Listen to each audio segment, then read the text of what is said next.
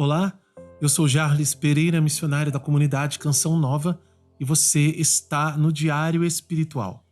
Vamos fazer juntos? Em nome do Pai, e do Filho, e do Espírito Santo. Amém.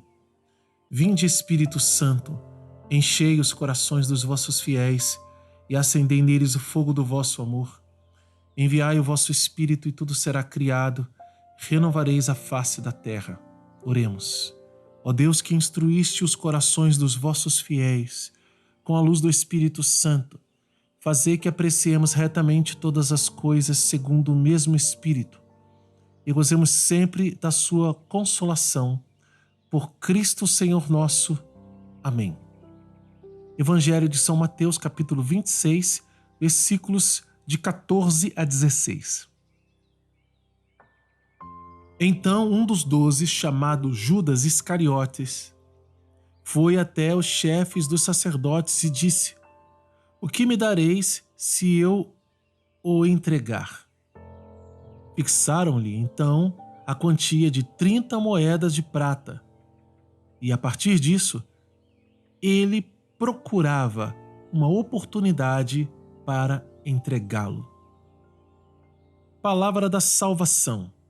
Glória a vós, Senhor. Aqui nós temos a traição de Judas.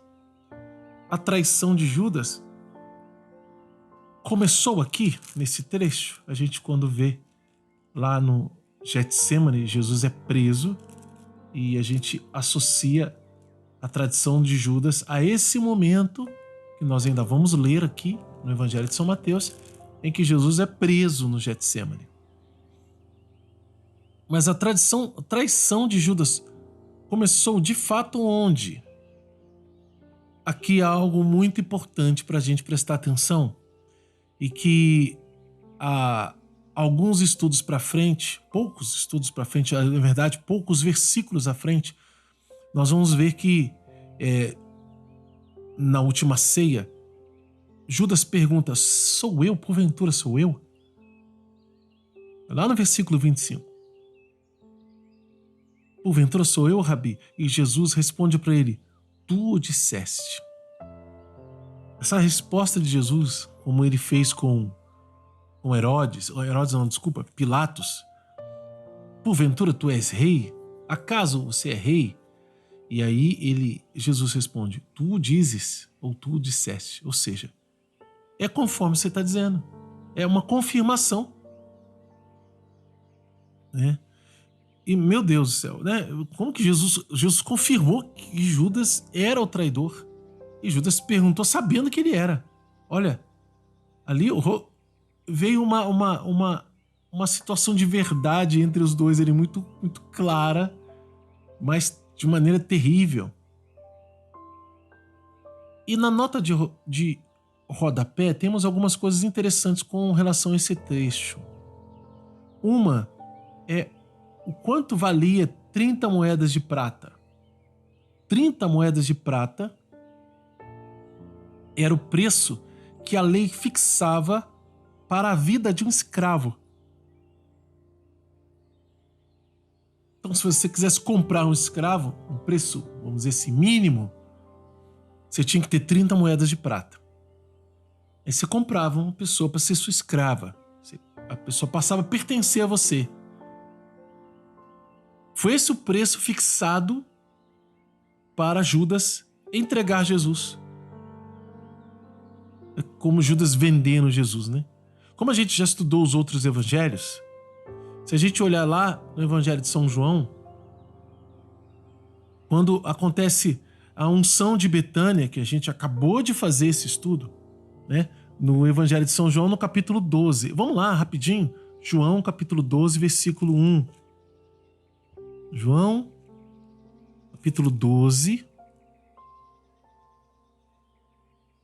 versículo 1. Começa a unção de Betânia aqui, né? E a gente vê que Maria lava os pés de Jesus, tornou os pés de Jesus, né? Com perfume de bálsamo. E então Judas, versículo 4, João 12:4. Disse então Judas Iscariotes, um de seus discípulos, aquele que o entregaria: por que não se vendeu este perfume por 300 denários para dá-lo aos pobres? Aí no versículo 6, ele disse isso não porque se preocupasse com os pobres, mas porque era ladrão e, tendo a bolsa comum, roubava o que ali era posto. Veja, São João está dizendo que Judas era ladrão, ele roubava o dinheiro da bolsa.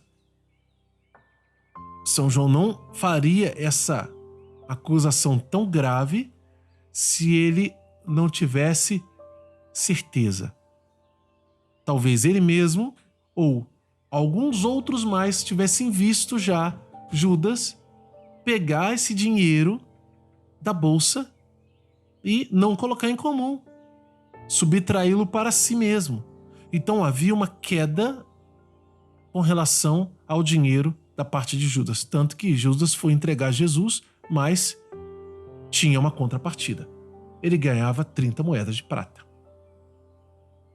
Mas interessante que, voltando aqui para o Evangelho de São Mateus, no capítulo 26, versículo 25, aqui na minha Bíblia de Jerusalém, talvez seja a sua tradução também, tem um trecho que está onde Judas pergunta: sou eu? Acaso serei eu? E a gente vai ver isso com mais precisão mais para frente.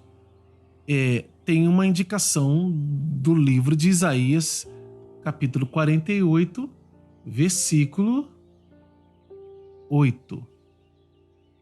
Isaías 48, versículo 8. Se você quiser pegar comigo, por favor. Olha só o que está dizendo aqui. Mas tu não só tinhas ouvido, antes também não o sabias. De há muito que os teus ouvidos não estavam atentos. Com efeito, eu sabia que agias com muita perfídia e que desde o berço te chamavam rebelde. Veja, esse trecho aqui do profeta Isaías é associado a essa pergunta de Judas a Jesus. E por que eu fui lá nesses dois trechos? Para que a gente entendesse que essa traição de Judas, ela tem um início concreto aqui nesta procura pelos chefes dos sacerdotes, mas Judas era suscetível, Judas era influenciável desde sempre. Então é por isso que Judas, ele cai desta maneira e peca desta forma tão terrível, traindo Jesus, entregando Jesus nas mãos dos chefes dos sacerdotes. E o que isso nos diz? Nos diz que nós devemos cuidar muito bem, estarmos muito atentos e combater esses vícios, esses males, essas fragilidades, essas fraquezas que nós temos e que a gente muitas vezes vai empurrando com a barriga. Se eu tenho uma fraqueza com relação ao dinheiro, eu preciso cuidar para que o dinheiro não me arraste para o pecado. Se eu tenho uma fraqueza com relação ao prazer, por exemplo, de comida, eu tenho que cuidar para que esse prazer da boca, da comida ou da bebida, não me leve para o pecado. Se eu tenho uma fraqueza com relação a um prazer sexual, eu preciso cuidar para que essa fraqueza, essa fragilidade não me leve ao pecado e assim por diante. E que fraquezas são essas? Pecados capitais: gula, avareza, luxúria, ira, preguiça e todas as outras mais. Os 7 pecados capitais que procuram nos arrastar para o mal. Eles são doenças espirituais graves que geram outras tantas que nascem dessas doenças espirituais principais. Se nós não cuidarmos, se nós não combatermos, se nós não nos humilharmos diante de Deus, irmos ao sacerdote confessar nossas fraquezas constantemente, elas nos dominarão, como dominaram Judas.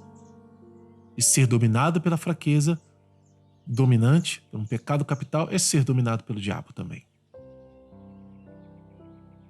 Vamos anotar no nosso diário? Não tem promessa, nem ordem, nem princípio eterno nesse trecho, mas tem mensagem, né? O que Deus está falando com você? Qual é a mensagem de Deus para você nesse trecho? Como colocar isso em prática na sua vida? Anota isso no seu diário e vamos lutar para viver. É novo aqui no canal? Convido você a se inscrever, acionar o sininho da notificação e deixar o seu like, porque o seu like evangeliza. Quando você dá o like aí, mais gente fica conhecendo, fica sabendo desse vídeo. E graças a isso, nós temos crescido aqui no canal o número de pessoas que se inscreveram e que estão sendo fiéis ao estudo bíblico. Porque não só se inscrever, né? Não basta. Não basta se inscrever, é preciso ser fiel todos os dias, porque na fidelidade Deus age. E você pode testemunhar isso? Coloque aqui nos comentários que frutos você tem colhido da fidelidade ao estudo bíblico todos os dias. Isso vai ser muito importante para a fé de outros que vão encontrar o seu testemunho e vão ser animados por ele. Eu deixo aqui na descrição o passo a passo para você que é novo aqui e ainda não sabe os caminhos. Está aqui na descrição do vídeo. Que Deus abençoe você. Ó Maria concebida sem pecado, rogai por nós que recorremos a vós.